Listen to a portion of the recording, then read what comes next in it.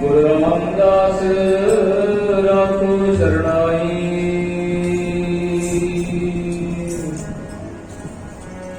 ਤਨ ਬਖਸ਼ਣ ਹਾਰਾ ਕਹਿੰਦੇ ਸਾਨੂੰ ਬਖਸ਼ ਬਖਸ਼ਣ ਹਾਰਾ ਕਹਿੰਦੇ ਸਾਨੂੰ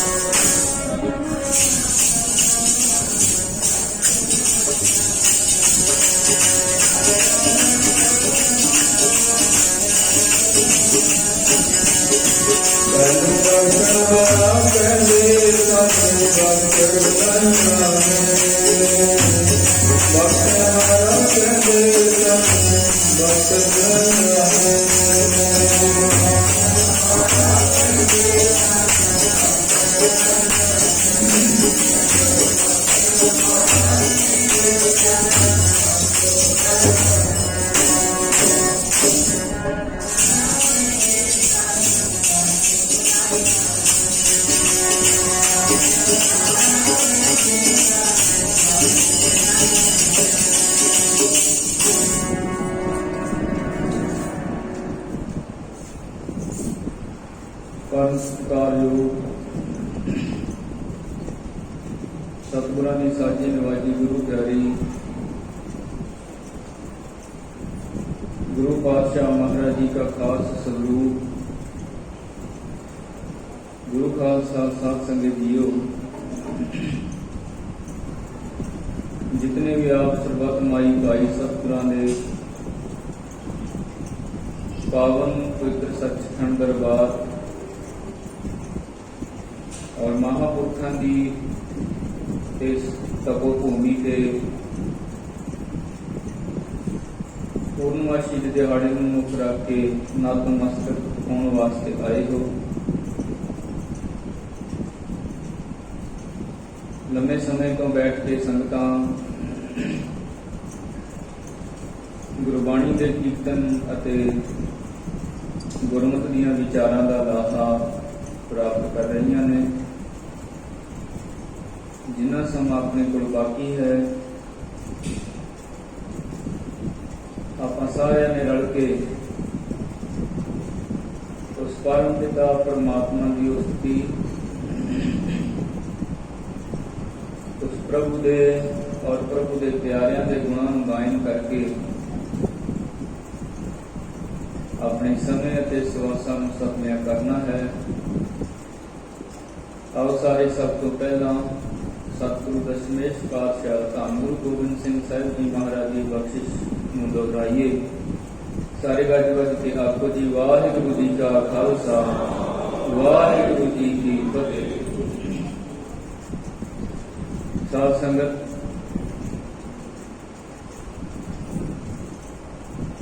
दासरियां तो पहला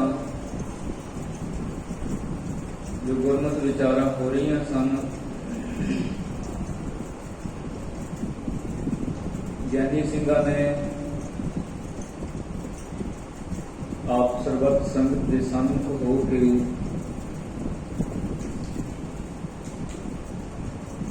सतगुरु गुरु ग्रंथ साहिब जी महाराज की सरपरस्ती के हेठ कलयुग के जो लक्षण आदि दर्शाने किए हैं और उस तो उपरंत महापुरखों की उस्तति के जो शब्द धारणा पढ़ी गई है। जे आप इन दोनों गलों का सुमेल करिए तो साध संगत एक ऐसी गल समझ विच पैंदी है जिसनूं समझण दे नाल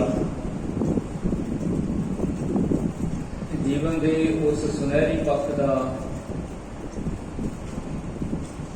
दिमाग के अंदर चानना हो जाता है, जिहड़ा सुनहरी पक्ष महापुरखों ने अपने जीवन में हंडाया है। उस सुनहरी पक्ष नूं गुरु के सिख रोशन करते रहे ने, हुण भी रोशन करते हैं और करते ही रहेंगे।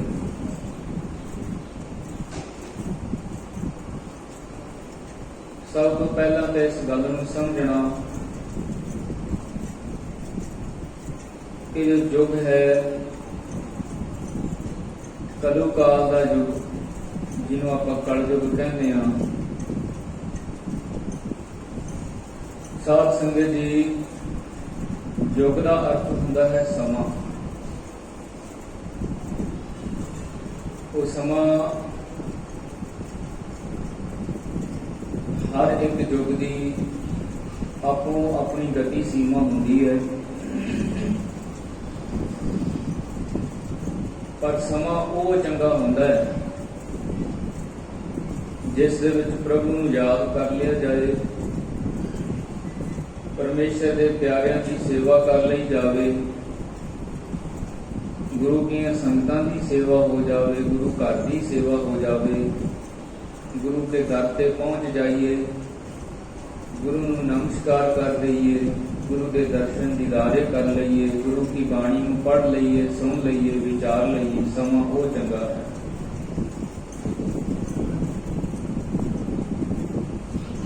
जितना भयानक समा कलयुग का बड़े विद्वाना ने दसिया है, ਉਤਨਾ ਹੀ ਜ਼ਿਆਦਾ ਲਾਭ ਸਾਧ ਸੰਗਤ ਇਸ ਕਲਯੁਗ ਦੇ ਜ਼ਮਾਨੇ ਦੇ ਵਿੱਚ ਹੀ ਪਰਮੇਸ਼ਰ ਦੇ ਨਾਮ ਦਾ ਹੈ। ਕਰਨ ਵਾਸਤੇ ਥੋੜਾ ਹੈ, ਪ੍ਰਾਪਤੀ ਵਾਸਤੇ ਬਹੁਤਾ ਹੈ।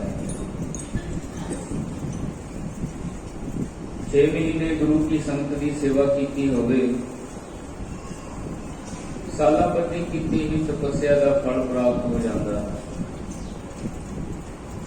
ਇਸ ਕਰਕੇ ਜਿੰਨਾ ਸਮਾਂ ਭਿਆਨਕ ਹੈ ਉਨਾ ਲਾਭ ਵੀ ਜ਼ਿਆਦਾ ਹੈ। ਔਰ ਗੁਰੂ ਕੇ ਪਿਆਰੇ ਮਹਾਂਪੁਰਖ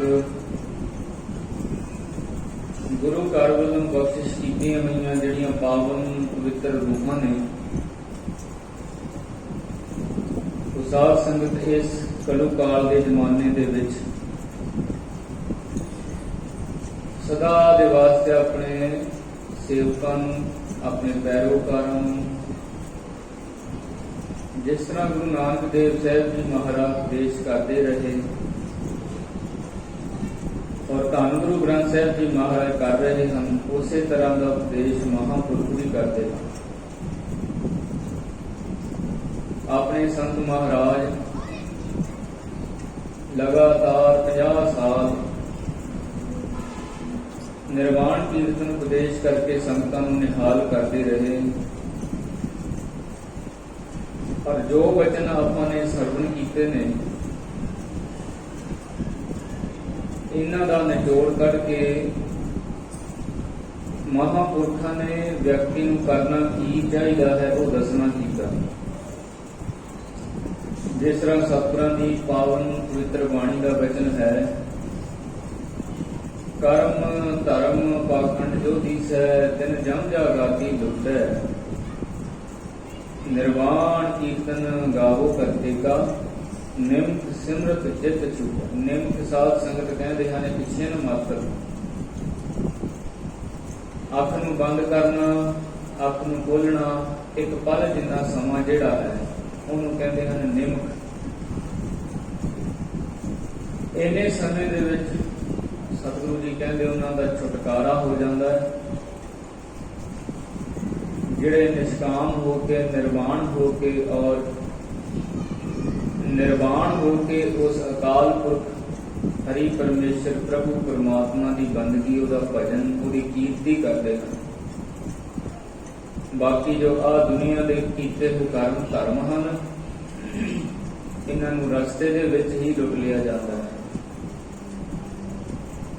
ਕਰਮ ਧਰਮ ਪਾਖੰਡ ਜੋ ਦੀਸੈ, ਤਿਨ ਜਮ ਜਾਗਾਤੀ ਲੁਟੈ। ਸਾਧ ਸੰਗਤ ਇਹ ਕਰਨੇ ਹਨ ਜ਼ਰੂਰ, ਪਰ ਇਹਦਾ ਵੀ ਕੋਈ ਦਾਇਰਾ ਹੈ। ਇਸ ਨੂੰ ਦਾਇਰੇ ਦੇ ਅੰਦਰ ਰਹਿ ਕੇ ਕੀਤਾ ਜਾਏ, ਕਿਸੇ ਮਹਾਂਪੁਰਖ ਦੀ ਨਿਗਰਾਨੀ ਦੇ ਵਿੱਚ ਕੀਤਾ ਜਾਵੇ। ਇੱਕ ਸੇਵਾ ਸਾਧ ਸੰਗਤ ਦੀ ਉਹ ਹੁੰਦੀ ਹੈ ਜਿਹੜੀ ਆਪਣੀ ਮਨ ਮਰਜ਼ੀ ਦੇ ਨਾਲ ਕੀਤੀ ਹੋਈ ਹੋਵੇ। ਕਿਸੇ ਦੇ ਮਨ ਵਿੱਚ ਆ ਗਿਆ ਮੈਂ ਗੁਰੂ ਘਰ ਦੀ 1 ਘੰਟਾ ਸੇਵਾ ਕਰਨੀ ਹੈ, ਜਾਂ 10 ਘੰਟੇ ਸੇਵਾ ਕਰਨੀ ਹੈ, ਜਾਂ 1 ਦਿਨ ਲਾਉਣਾ ਹੈ, ਜਾਂ ਹਫ਼ਤਾ ਲਾਉਣਾ ਹੈ। ਸਾਧ ਸੰਗਤ ਦੀ ਫਲ ਮਿਲਦਾ ਜ਼ਰੂਰ, ਪਰ ਇੱਕ ਸੇਵਾ ਉਹ ਹੁੰਦੀ ਹੈ ਜਿਹੜੀ ਕਿਸੇ ਗੁਰੂ ਪੀਰ ਦੀ ਆਗਿਆ ਦੇ ਨਾਲ, ਉਹਨਾਂ ਦੇ ਹੁਕਮ ਦੇ ਵਿੱਚ ਰਹਿ ਕੇ, ਕਿਸੇ ਮਹਾਂਪੁਰਖ ਦੀ ਰਜ਼ਾ ਨੂੰ ਮੰਨ ਕੇ ਸਾਧ ਸੰਗਤ ਕੀਤੀ ਹੋਈ ਹੋਵੇ, ਉਹਦਾ ਬਹੁਤਾ ਜ਼ਿਆਦਾ ਫਲ। ਜਿੱਥੇ ਮਹਾਂਪੁਰਖਾਂ ਨੇ ਕਹਿਤਾ ਕਿ ਭਾਈ ਤੇਰੀ ਆਹ ਸੇਵਾ ਹੈ, ਇਹਨੂੰ ਇਸ ਤਰ੍ਹਾਂ ਕਰਨਾ ਹੈ, ਫਿਰ ਸਾਧ ਸੰਗਤ ਸੇਵਾ ਉਹ ਕਰਨ ਵਾਸਤੇ ਹੁੰਦੀ ਤਾਂ ਹੈ ਜ਼ਰੂਰ ਕਰਨੀ, ਪਰ ਉਹਦਾ ਫਲ ਕਿਤੇ ਬੇਅੰਤ ਜ਼ਿਆਦਾ ਹੋਇਆ ਕਰਦਾ ਹੈ। ਇਸ ਕਰਕੇ ਗੁਰੂ ਪਾਤਸ਼ਾਹ ਮਹਾਰਾਜ ਇਸੇ ਬਚਨ ਦੀ ਗਵਾਹੀ ਭਰਦੇ ਕਹਿੰਦੇ ਨੇ, ਗੁਰ ਪੀਰਾਂ ਕੀ ਚਾਕਰੀ ਮਹਾ ਕਰੜੀ। ਕਹਿੰਦੇ ਹੁੰਦੀ ਤਾਂ ਹੈ ਮਹਾ ਕਰੜੀ, ਪਰ ਅੰਤ ਦਾ ਬਚਨ ਕੀ ਹੈ? ਸੁਖ ਸਾਰ। ਪਰ ਜਦੋਂ ਉਹ ਕਰ ਲਈ ਜਾਵੇ ਸਾਧ ਸੰਗਤ, ਜਦੋਂ ਉਹ ਨਿਭਾ ਦਿੱਤੀ ਜਾਵੇ ਨਾ, ਜਦੋਂ ਹੁਕਮ ਦੇ ਵਿੱਚ ਖੜ ਕੇ ਬੰਦਾ ਮਨੁੱਖ ਜਿਹੜਾ ਹੈ, ਸੇਵਾਦਾਰ ਹੈ ਜਿਹੜਾ, ਉਹ ਸੇਵਾ ਨੂੰ ਨਿਭਾਵੇ, ਫਿਰ ਕਹਿੰਦੇ ਨਦਰ ਕਰੇ ਜਿਸ ਆਪਣੀ तिस लाए हेत प्यार, फिर ਉਹਦੇ ਅੰਦਰ ਗੁਰੂ ਦਾ ਪਿਆਰ ਪੈਦਾ ਹੋ ਜਾਂਦਾ ਹੈ, ਜਿਹਦੇ ਉੱਤੇ ਨਜ਼ਰੇ ਕਰਮ ਸਤਿਗੁਰਾਂ ਦੀ ਹੋ ਜਾਏ। ਇਸ ਕਰਕੇ ਸਾਧ ਸੰਗਤ ਜੀ, ਨਿਸ਼ਫਲ ਨਹੀਂ ਹਨ ਕਰਮ ਧਰਮ ਕੀਤੇ ਹੋਏ, ਫਲ ਮਿਲਦਾ ਜ਼ਰੂਰ, ਪਰ ਜੋ ਦਾਇਰੇ ਦੇ ਅੰਦਰ ਹੁਕਮ ਦੇ ਅੰਦਰ ਰਹਿ ਕੇ ਕੀਤੀ ਹੋਈ ਹੋਵੇ ਨਾ, ਭਾਵੇਂ ਕਿਸੇ ਵੀ ਤਰ੍ਹਾਂ ਦੀ ਸੇਵਾ ਮਹਾਂਪੁਰਖ ਲਾ ਦੇਣ, ਕਿਸੇ ਨੂੰ ਲੰਗਰ ਵਿੱਚ ਸੇਵਾ ਲਾਈ ਹੈ, ਕਿਸੇ ਨੂੰ ਦਰਬਾਰ ਸਾਹਿਬ ਦੀ ਸੇਵਾ ਦਿੱਤੀ ਹੈ, ਕਿਸੇ ਨੂੰ ਜੋੜਾ ਘਰ ਦੀ ਸੇਵਾ ਦਿੱਤੀ ਹੈ, ਕਿਸੇ ਨੂੰ ਵਰਤਾਉਣ ਦੀ ਸੇਵਾ ਹੈ, ਕਿਸੇ ਨੂੰ ਝੂਠੇ ਭਾਂਡੇ ਮਾਂਜਣ ਦੀ ਸੇਵਾ ਹੈ, ਕਿਸੇ ਨੂੰ ਪਹਿਰੇਦਾਰੀ ਦੀ ਸੇਵਾ ਹੈ, ਕਿਸੇ ਕੋਲ ਕੀਰਤਨ ਦੀ ਸੇਵਾ ਹੈ, ਕਿਸੇ ਕੋਲ ਪਾਠ ਦੀ ਸੇਵਾ ਹੈ। ਜੋ ਲਾ ਦਿੱਤੀ ਜਾਏ ਸਾਧ ਸੰਗਤ ਜੀ, ਅੰਤ ਪਰਯੰਤ ਜੇ ਉਹ ਨਿਭ ਜਾਏ ਨਾ ਸਤਿਗੁਰਾਂ ਦੀ ਕਿਰਪਾ ਦੇ ਨਾਲ, ਕਿਉਂਕਿ ਇਨਸਾਨ ਦੇ ਵਿੱਚ ਇੰਨੀ ਹਿੰਮਤ ਨਹੀਂ ਵੀ ਆਪਣੇ ਤਾਕਤ ਦੇ ਨਾਲ ਉਹ ਹੁਕਮ ਮੰਨ ਸਕੇ ਜਾਂ ਉਹਨੂੰ ਨਿਭਾ ਸਕੇ। ਸਤਿਗੁਰੂ ਜੀ ਕਿਰਪਾ ਕਰਨ ਫਿਰ ਉਹ ਨਿਭ ਸਕਦੀ ਹੈ, ਪਰ ਜੇ ਉਹ ਨਿਭ ਜਾਏ ਨਾ ਫਿਰ ਉਹ ਸੁੱਖਾਂ ਦੀ ਦਾਤੀ ਬਣ ਜਾਂਦੀ ਹੈ। ਸਾਧ ਸੰਗਤ, ਕਿਰਪਾ ਰਹਿਮਤ ਦੇ ਖਜ਼ਾਨੇ ਖੁੱਲ ਜਾਂਦੇ ਹਨ, ਤੇ ਉਹ ਦਾਦੇ ਕਾ ਕੋਲ ਡਿੱਠਾ ਖਜ਼ਾਨਾ, ਤਾਂ ਮੇਰਾ ਮਨ ਭਇਆ ਨਿਰਾਨ। ਸਤਿਗੁਰੂ ਜੀ ਬਚਨ ਕਰਦੇ ਨੇ, ਭਾਈ ਹੈ ਤਾਂ ਬਹੁਤ ਕਰੜੀ, ਪਰ ਬਾਅਦ ਵਿੱਚ ਇਹਨੂੰ ਪ੍ਰਾਪਤੀ ਜੋ ਹੁੰਦੀ ਹੈ ਮਿਹਰ ਦੀ ਨਜ਼ਰ, ਜਿਹਦੇ ਉੱਤੇ ਮਿਹਰ ਦੀ ਨਜ਼ਰੇ ਹੋ ਗਈ, ਫਿਰ ਸਾਧ ਸੰਗਤ ਕੁਝ ਬਾਕੀ ਨਹੀਂ ਰਹਿੰਦਾ।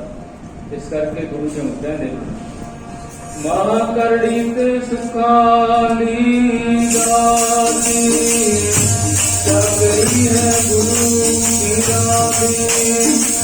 ਮਹਾ ਕਰੜੀ ਤੇ ਸੁਖਾਲੀ ਦਾਤੀ, ਚੱਕਰੀ ਹੈ ਗੁਰੂ ਕੀ ਰਾਤੀ।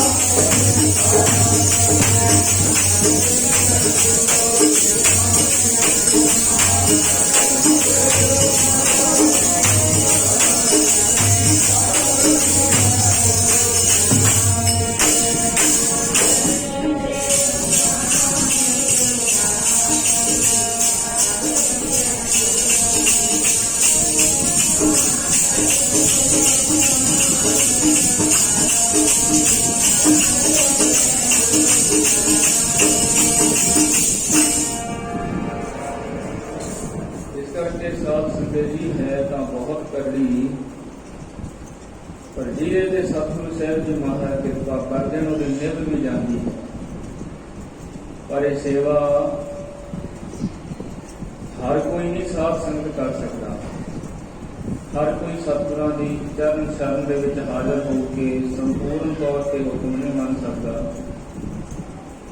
हाँ, यतन जरूर करना चाहिए है। सतगुरां दे चरनां विच पहुंचना, गुरु पातशाह महाराज नूं मर्यादा अनुसार नमस्कार करनी, गुरु की संगतां दी सेवा करनी। पर जिहड़े नहीं करते साध संगत गुरु करते, वेद व्यास भाई साहब भाई गुरदास जी उन्हां दी बात कहंदे हन, त्रिग सिर जो गुरु नानक वह गुरु लगे ना चरणी। कहंदे ऐसे सिर नूं त्रिग है भाई जिहड़ा अपने गुरु के चरणों के नाल नहीं लगता। जेठाड़ का महीना है साध संगत, सतगुरु दशमेश पातशाह अपने संगतां दे विच सुशोभित होके संगतां नूं दर्शन दीदारे बख्श रहे हैं। गुरु के सेवादार साध संगत जल वरताउण की सेवा करते हैं, क्योंकि गर्मी बहुत है। सतगुरु दशमेश पातशाह महाराज नूं भी प्यास लगी, क्योंकि हजूरिया सेवादार पास नहीं से साध संगत सेवादार किते इधर उधर सेवा में चलिया गया। सतगुरु साहब जी महाराज का रुख देख के एक किसी अमीर सेठ के बच्चे ने जल का कटोरा भरिया बड़ी सुजनता के नाल सतगुरु साहब जी महाराज के सामने हाजिर किया। गुरु दसम पातशाह महाराज ने सीस तो ला के पैरों तक उस बच्चे को देखा और साथ संगत जल का लोटा महाराज ने पकड़ करके दूर परा भगा के सुट दिता। संगतां देख के हैरान हो गई। गुरु साहब जी महाराज ने वचन किया, भाई असी मुर्दे नूं छुया होया जल नहीं छप सकते। सिखा ने बेनती की, महाराज जिउंदा जागदा बच्चा तुहाडे सामने खड़ा है, ये कोई मुर्दा तो नहीं है। महाराज ने उस बच्चे नूं पूछा, भाई काका कदे सेवा की है? इन्हां हत्थां दे नाल गुरु की संगतां नूं कदे जल छकाया होवे, लंगर पानी वरताया होवे, झाड़ू की सेवा की होवे, जोड़े झाड़न की सेवा की होवे? नहीं महाराज। फिर महाराज पूछण लगे, भाई चल के कदे सत संगत दे विच प्रवृत्त होया है? उस बच्चे ने आख्या, नहीं महाराज, अज ये पहला दिन है जो तुहाडी संगत विच आया। मेरा पिता एक बहुत बड़ा सेठ अमीर आदमी है, घर दे विच इन्ने नौकर चाकर ने, कोई काम करने की जरूरत नहीं पैंदी, बड़े हथ कोमल ने। कदे अपने गुरु पीर दे चरणों से जाके मत्था टेकिया है? नहीं महाराज, अज पहला दिन है जो हाजिर होया।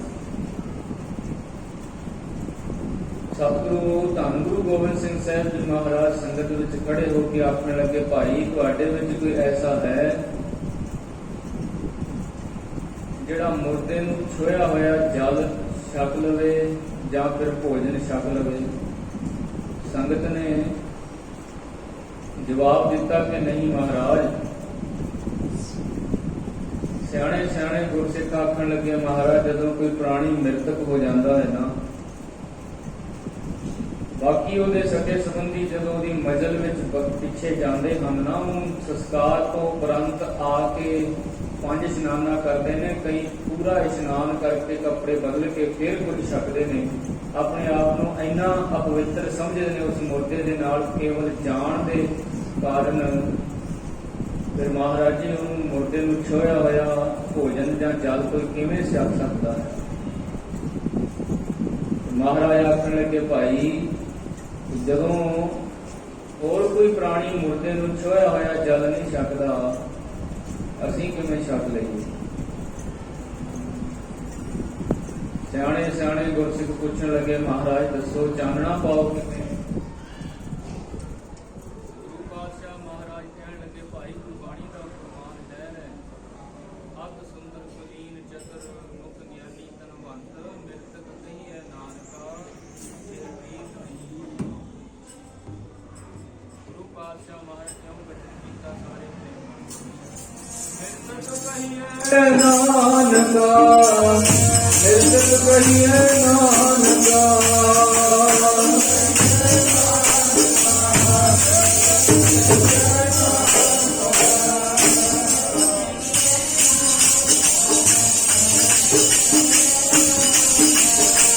ਮਿਰਤਕ ਕਹੀਏ ਨਾਨਕਾ, ਮਿਰਤਕ ਕਹੀਏ ਨਾਨਕਾ।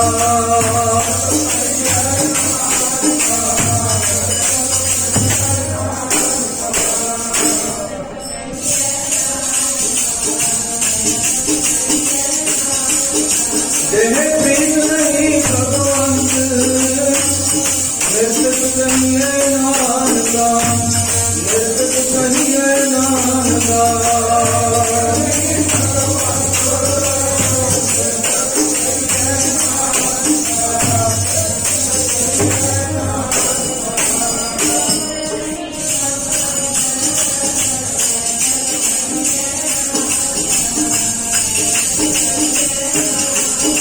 ਜਿਹ ਪ੍ਰੀਤ ਨਹੀਂ ਭਗਵੰਤ, ਮਿਰਤਕ ਕਹੀਏ ਨਾਨਕਾ, ਮਿਰਤਕ ਕਹੀਏ ਨਾਨਕਾ।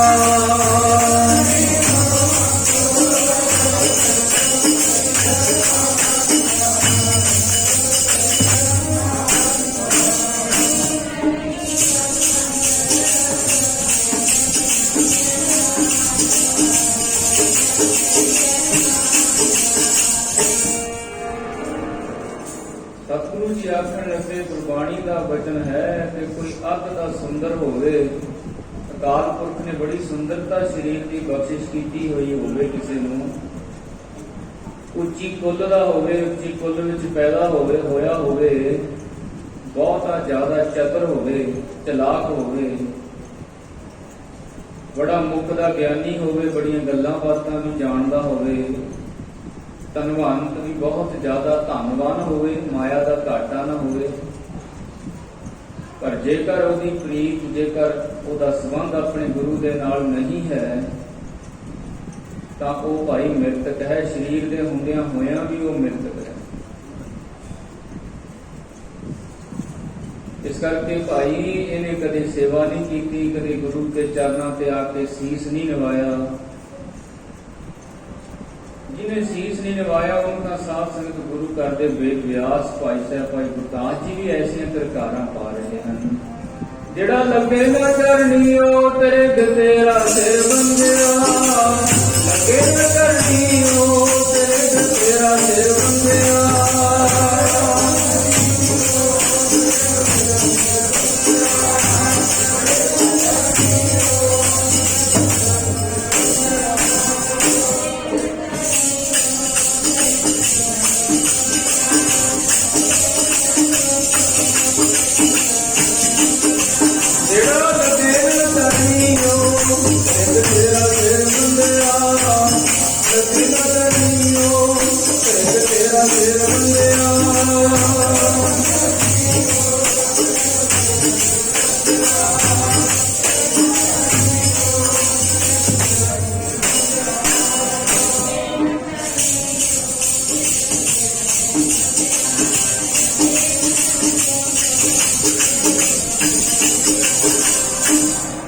ਸਿਰ ਜੋ ਗੁਰੂ ਨਾਨਕ ਵੈਗੁਰ ਲੱਗੇ ਨਾ ਕਰਨੀ।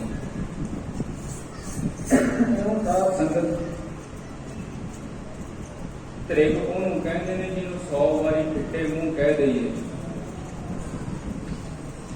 ਇੱਕ ਸੈਂਕੜਾ ਫਿੱਟੇ ਮੂੰਹ ਦਾ ਕਿਸੇ ਨੂੰ ਕਹਿ ਦਈਏ ਨਾ, ਇੱਕ ਤ੍ਰਿਗ ਬਣਦੀ ਹੈ।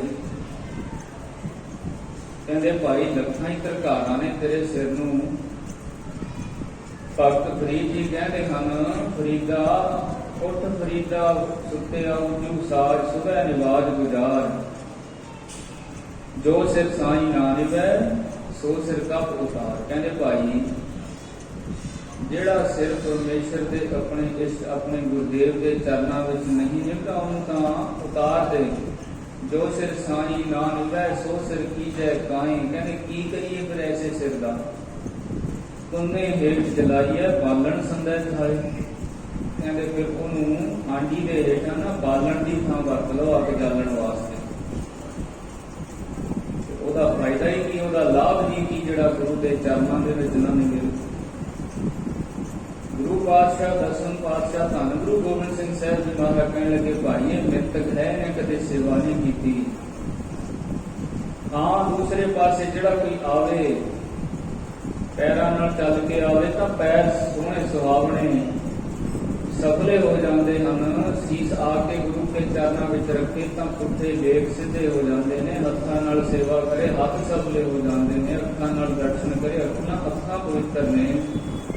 ਕੰਨਾਂ ਦੇ ਨਾਲ ਨਾਮ ਸੁਣੇ, ਬਾਣੀ ਸੁਣੇ, ਕੀਰਤਨ ਸੁਣੇ, ਉਹ ਕੰਨ ਸਫਲੇ ਨੇ। ਜ਼ੁਬਾਨ ਨਾਲ ਬਾਣੀ ਪੜ੍ਹੇ ਤਾਂ ਜ਼ੁਬਾਨ ਸਫਲੀ ਹੈ। ਪਾਵ ਸੁਹਾਵੇ ਜਾਂ ਤਾਉ ਤਿਰ ਦੇ, ਸੀਸ ਸੁਹਾਵਾ ਚਰਣੀ, ਮੁਖ ਸੁਹਾਵਾ ਜਾਂ ਤਾਉ ਜਸ ਗਾਵੇ, ਜੀਉ ਪਿਆ ਤਾਉ ਚਰਣੀ। ਉਹ ਮਹਾਰਾਜ ਕਹਿੰਦੇ ਹਨ ਪੈਰ ਹੁੰਦੇ ਨੇ ਸੁਹਾਵੇ ਸੱਚੇ ਪਾਤਸ਼ਾਹ, ਸਰਨ ਤੇ ਆਵੇ ਜਗ ਤੇ। ਪੈਰ ਹੁੰਦੇ ਨੇ ਸੁਹਾਵੇ ਸੱਚੇ ਪਾਤਸ਼ਾਹ, ਸਰਨ ਤੇ ਆਵੇ ਜਗ ਤੇ।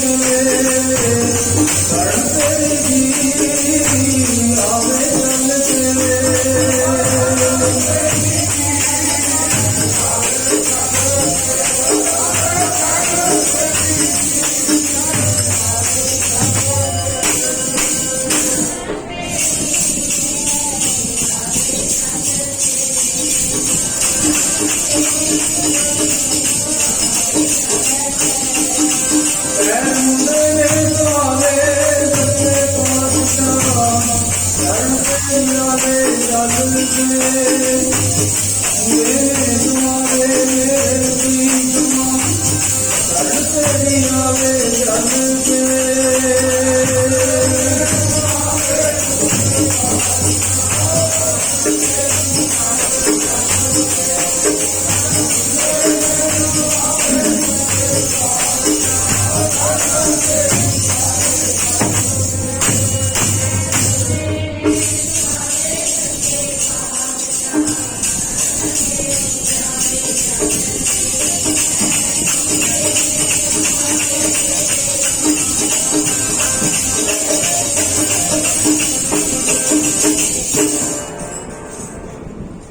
ਸੁਹਾਵੇ ਜਾਂ ਤੋ ਤਿਰ ਜੁਲਦੇ ਸੀਸ ਸੁਹਾਵਾ ਚਰਨ। ਸੋਹਣਾ ਲੱਗਦਾ ਹੈ ਜਿਹੜਾ ਸਾਧ ਸੰਗਤ ਗੁਰੂ ਦੇ ਚਰਨਾਂ ਵਿੱਚ ਆ ਕੇ ਨਿਭ ਜਾਏ,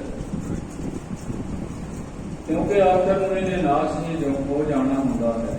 ਇਸ ਕਰਕੇ ਆਪਣੇ ਗੁਰੂ ਦੇ ਬਣ ਕੇ ਰਹਿਣਾ, ਗੁਰੂ ਪਾਤਸ਼ਾਹ ਮਹਾਰਾਜ ਦੇ ਉਪਦੇਸ਼ ਨੂੰ ਮੰਨਣਾ, ਮਹਾਂਪੁਰਖਾਂ ਦੇ ਦਰਸਾਏ ਹੋਏ ਮਾਰਗ ਤੇ ਚੱਲਣਾ ਸਿਰਫ ਤੇ ਸਿਰਫ ਇਹੋ ਹੀ ਵਿਸ਼ੇਸ਼ ਗੱਲ ਹੈ। ਨਹੀਂ ਤਾਂ ਸਾਧ ਸੰਗਤ ਇੱਥੇ ਬਹੁਤੇ ਆਏ ਨੇ, ਬਹੁਤਿਆਂ ਨੇ ਆਉਣਾ ਹੈ, ਪਤਾ ਨਹੀਂ ਕਿਹੜੇ ਕਿਹੜੇ ਚਲੇ ਗਏ, ਕਿੰਨਿਆਂ ਨੇ ਹੋਰ ਜਾਣਾ ਹੈ। ਇਸ ਕਰਕੇ ਸਾਧ ਸੰਗਤ ਸਭ ਤੋਂ ਉੱਤਮ ਗੱਲ ਇਹ ਹੈ ਵੀ ਜੋ ਮੌਕਾ ਹੈ, ਸਮਾਂ ਵੀ ਕਲਯੁਗ ਦਾ ਹੈ, ਜਿਸ ਤਰ੍ਹਾਂ ਆਪ ਜੀ ਨੇ ਪਹਿਲਾਂ ਸਰਵਣ ਕੀਤਾ, ਪਰ ਇਸੇ ਸਮੇਂ ਨੂੰ ਮੁੱਖ ਰੱਖ ਕੇ, ਕਿਉਂਕਿ ਆਪਾਂ ਸਮੇਂ ਨੂੰ ਬਦਲ ਨਹੀਂ ਸਕਦੇ, ਪਰ ਸਮੇਂ ਤੋਂ ਲਾਭ ਜ਼ਰੂਰ ਲੈ ਸਕਦੇ ਹਾਂ। ਲਾਭ ਬਹੁਤਾ ਜ਼ਿਆਦਾ ਹੈ, ਜਿੱਥੇ ਫਿਰ ਲਾਭ ਜ਼ਿਆਦਾ ਹੋਵੇ ਨਾ, ਉੱਥੋਂ ਕੋਈ ਲਾਭ ਪ੍ਰਾਪਤ ਨਾ ਕਰੇ, ਫਿਰ ਇਨਸਾਨ ਮੂਰਖਾਂ ਦੇ ਵਿੱਚ ਗਿਣਿਆ ਜਾਂਦਾ ਹੈ। ਇਸ ਕਰਕੇ ਬਹੁਤ ਉੱਤਮ ਸਾਧ ਸੰਗਤ ਦੇ ਅਵਸਰ ਪ੍ਰਾਪਤ ਹੋਇਆ। ਇਹ ਤੇਰਾ ਅਵਸਰ, ਇਹ ਤੇਰੀ ਵਾਰ, ਘੱਟ ਕੀਰਤਨ ਤੂੰ ਦੇਖ ਵਿਚਾਰ। ਮਹਾਰਾਜ ਜੀ ਇਹੀ ਕਹਿੰਦੇ ਨੇ ਵੀ ਆਪਣੇ ਦਿਲ ਦੇ ਅੰਦਰ ਝਾਤੀ ਮਾਰ ਕੇ ਵਿਚਾਰ ਕੇ ਦੇਖ ਇਸ ਗੱਲ ਨੂੰ ਭਾਈ ਕਿ ਖੇਚਲਾ ਤਾਂ ਬਹੁਤ ਘੱਟ ਹੈ ਪਰ ਲਾਭ ਬਹੁਤ ਜ਼ਿਆਦਾ ਹੈ। ਔਰ ਫਿਰ ਪ੍ਰਧਾਨਤਾ, ਕਲ ਜੁਗ ਮਹਿ ਕੀਰਤਨ ਪ੍ਰਧਾਨਾ, ਗੁਰੂ ਤੇ ਜਪੀਐ ਲਾਏ ਧਿਆਨਾ, ਆਪ ਕਰੈ ਸਗਲੇ ਕੁਲ ਤਾਰੇ। ਦੇਖੋ ਕਿੰਨੀ ਵੱਡੀ ਗੱਲ ਆਖ ਦਿੱਤੀ ਮਹਾਰਾਜ ਨੇ। ਮਹਾਂਪੁਰਖ ਜਿਵੇਂ ਸਾਧ ਸੰਗਤ ਭਜਨ ਬੰਦਗੀ ਕਰਕੇ ਪੂਰੇ ਉਤਰਦੇ ਆ ਨਾ ਗੁਰੂ ਨਾਨਕ ਦੇ ਦਰ ਤੇ, ਅਸਲ ਵਿੱਚ ਉਹ ਮਾਰਗ ਦਰਸਾਉਣ ਦੇ ਵਾਸਤੇ ਹੀ ਆਪਾਂ ਨੂੰ ਸਿਰਫ ਐਗਜ਼ਾਮਪਲ ਦੇਣ ਦੇ ਵਾਸਤੇ ਹੀ ਸਰੀਰ ਨੂੰ ਧਾਰਨ ਕਰਦੇ ਨੇ, ਕੁਝ ਕਰਨ ਕਰਨਾ ਬਾਕੀ ਨਹੀਂ ਹੁੰਦਾ। ਸਾਧ ਸੰਗਤ ਤੋਂ ਉਹ ਪਰਮੇਸ਼ਰ ਵੱਲੋਂ ਵਰਸਾਈਆਂ ਹੋਈਆਂ ਰੂਹਾਂ ਹੀ ਹੁੰਦੀਆਂ ਨੇ। ਪਰ ਸਾਧ ਸੰਗਤ ਮਹਾਰਾਜ ਕਹਿੰਦੇ ਵੀ ਜਿਹੜਾ ਇਹ ਕਰ ਲੈਂਦਾ ਨਾ, ਉਹ ਸਗਲੇ ਕੁਲ ਤਾਰੇ ਹਰ ਦਰ ਕੇ ਪੱਤ ਸਿਉ ਜਾਇਦਾ। ਪੱਤ ਹੁੰਦੀ ਹੈ ਇੱਜ਼ਤ, ਉਹ ਇੱਜ਼ਤ ਦੇ ਸਹਿਤ ਉਸ ਅਕਾਲ ਪੁਰਖ ਵਾਹਿਗੁਰੂ ਪਰਮੇਸ਼ਰ ਦੀ ਸੱਚੀ ਦਰਗਾਹ ਵਿੱਚ ਪਹੁੰਚਦਾ ਹੈ। ਜਿਹੜਾ ਇਸ ਕਲਯੁਗ ਦੇ ਸਮੇਂ ਦੇ ਵਿੱਚ ਕੀਰਤੀ, ਕਲਯੁਗ ਮੈਂ ਕੀਰਤਨ ਪ੍ਰਧਾਨਾ, ਕੀਰਤਨ ਗਾਇਨ ਰੂਪ ਦੇ ਵਿੱਚ ਵੀ ਹੋ ਸਕਦਾ ਹੈ, ਕੀਰਤਨ ਬਿਨਾਂ ਸਾਜ਼ਾਂ ਤੋਂ ਵੀ ਹੋ ਸਕਦਾ ਹੈ। ਸਾਧ ਸੰਗਤ ਜਿਸ ਤਰ੍ਹਾਂ ਭਗਤ ਪੀਪਾ ਜੀ ਕਰਦੇ ਰਹੇ, ਭਗਤ ਨਾਮਦੇਵ ਜੀ ਕਰਦੇ ਰਹੇ, ਭਗਤ ਰਵਿਦਾਸ ਜੀ ਕਰਦੇ ਰਹੇ, ਸਤਨਾ ਜੀ ਕਰਦੇ ਰਹੇ, ਕਿੰਨੇ ਭਗਤ ਹੋਏ ਨੇ ਸਾਧ ਸੰਗਤ ਜਿਹੜੇ ਸਿਰਫ ਆਪਣੀ ਮਸਤੀ ਵਿੱਚ ਬਿਨਾਂ ਹੀ ਕਿਸੇ ਹੋਰ ਸਾਥੀਆਂ ਤੋਂ, ਸਿਰਫ ਜਾਂ ਕਿਸੇ ਕੋਲ ਇੱਕ ਸਾਥ ਜਾਂ ਬਿਨਾਂ ਸਾਥ ਤੋਂ ਹੀ ਕੀਰਤੀ ਕਰਦੇ ਰਹੇ, ਪਰਮੇਸ਼ਰ ਨੂੰ ਯਾਦ ਕਰਦੇ ਰਹੇ। ਜਿਸ ਤਰ੍ਹਾਂ ਗੁਰੂ ਹਰਗੋਬਿੰਦ ਸਾਹਿਬ ਜੀ ਮਹਾਰਾਜ ਦੇ ਦਰਬਾਰ ਵਿੱਚ ਇੱਕ ਮੁਸਲਿਮ ਇਸਲਾਮ ਮਤ ਦਾ ਫਕੀਰ ਸੀ, ਜਿਹਦਾ ਨਾਮ ਸੀ ਜਾਨੀ। ਉਹ ਸਦਾ ਦੇ ਵਾਸਤੇ ਜਦੋਂ ਵੀ ਗੁਰੂ ਛੇਵੇਂ ਪਾਤਸ਼ਾਹ ਮਹਾਰਾਜ ਨੇ ਲੰਘਣਾ, ਕੋਈ ਗੱਲ ਆਖਦਾ, ਜਾਨੀ ਕੋ ਜਾਨੀ ਮਿਲਾ ਦੋ, ਜਾਨੀ ਕੋ ਜਾਨੀ ਮਿਲਾ ਦੋ। ਉਹਦਾ ਨਾਮ ਸੀ ਜਾਨੀ, ਔਰ ਦੂਸਰਾ ਜਾਨੀ ਕਹਿ ਰਿਹਾ ਸੀ ਅਕਾਲ ਪੁਰਖ, ਔਰ ਬੇਨਤੀ ਕਰ ਰਿਹਾ ਸੀ ਛੇਵੇਂ ਪਾਤਸ਼ਾਹ ਮਹਾਰਾਜ। ਜਾਨੀ ਕੋ ਜਾਨੀ ਮਿਲਾ ਦੋ, ਉਹਦਾ ਇਹੀ ਕੀਰਤਨ ਸੀ ਸਾਧ ਸੰਗਤ। ਔਰ ਫਿਰ ਇਸੇ ਕੀਰਤਨ ਨੂੰ ਮਹਾਰਾਜ ਨੇ ਪ੍ਰਧਾਨਤਾ ਬਖਸ਼ਿਸ਼ ਕੀਤੀ ਹੈ। ਮਹਾਰਾਜ ਆਖਦੇ ਹਨ ਕਲਯੁਗ ਮੈਂ ਕੀਰਤਨ ਪ੍ਰਧਾਨਾ।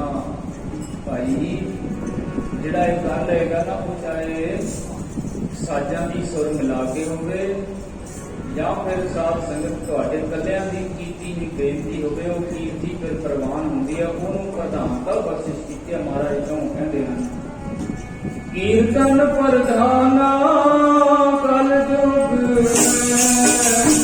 ਕੀਰਤਨ ਪ੍ਰਧਾਨਾ ਕਲਯੁਗ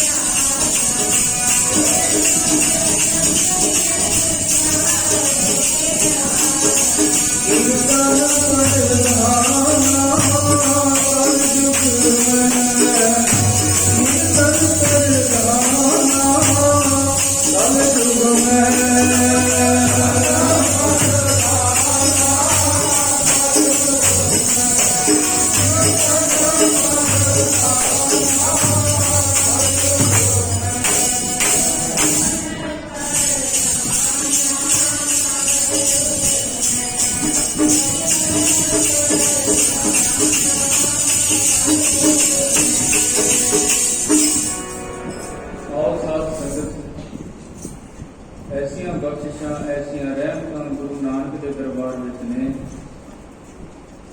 जे आपां संपूर्ण तौर ते अर्पित हो के जिस तरह तीसरे पातशाह महाराज कहते हैं तन मन धन सब सौंप गुर तो हुक्म मन्निया पाई है जिन्हें हुक्म मान लिया फिर उन्हें प्राप्त किया जे एवं साध संगत कृपा हो जाए ना फिर ਉਹਦੇ ਵਰਗੀ कोई रीस नहीं है जिथे महापुरुषों ने सेवा लाती बस वो तनदेही नाल निभाई जाइए बाकी फल देना उन्होंने अपनी मर्जी अपना फर्ज है सिर्फ सेवा करना सेवा ते ध्यान देना फल ते ध्यान नहीं देना सिर्फ सेवा दे विच अर्पित होना संपूर्ण तौर पर अर्पित हो जाना। आओ महाराज कृपा करन अपने बड़े भाव ने साध संगत पूर्ण महापुरुषों की संगत प्राप्त हुई है। महाराज कृपा करना धन गुरु ग्रंथ साहिब जी महाराज इसे तरह सारिया संगतों से रहमत रखना आपां भी गुरु पातशाह महाराज की बाणी पढ़ सुन के उपदेश को अपने जीवन में धारण करके इन्हां विचारां नूं अपने हिरदे अंदर वसा के आपां भी गुरु नानक दे बच्चे उन्हां दे पैरोकार कहलाउण दे योग हो जाइए। ऐसी कृपा महाराज करन। दासरियां की इतनी हाजरी करियो जी प्रवान हुई फुलों की बख्शो खेमा समा हो चुके हैं बाकी जो रहता समा है बहुत ही सत्कारयोग बाबा जी के पासों समूह संगतां ने बड़े प्रेम के नाल सत्संग करना जी। एक बार फिर तो सारी संगत दशमेश पातशाह महाराज की फतेह दोहराइए जी गज आखो वाहिगुरू जी का खालसा वाहिगुरू जी की